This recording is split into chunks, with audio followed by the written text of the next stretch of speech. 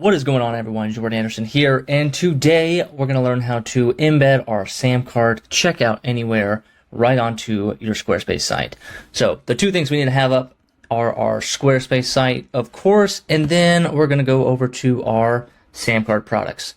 So we're going to hit the product tab, and I'm going to search for my product, which is a burger recipe. Once we're here, we're going to go up to the Checkout Anywhere tab. We're going to click that embed. We're going to copy the embed code.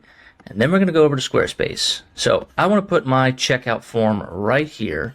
So I'm going to hit Edit Content. I'll leave the spacer here.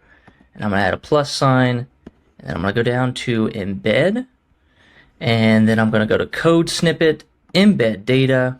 And I'm going to paste that SamCart script right in there. And I'm going to click away. And it's already popping up. So let's save. Let's go up and preview it.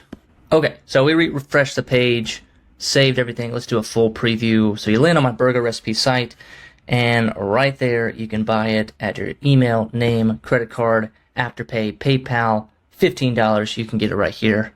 And that's it. That's how you add a SamCart checkout anywhere embed right onto your Squarespace site.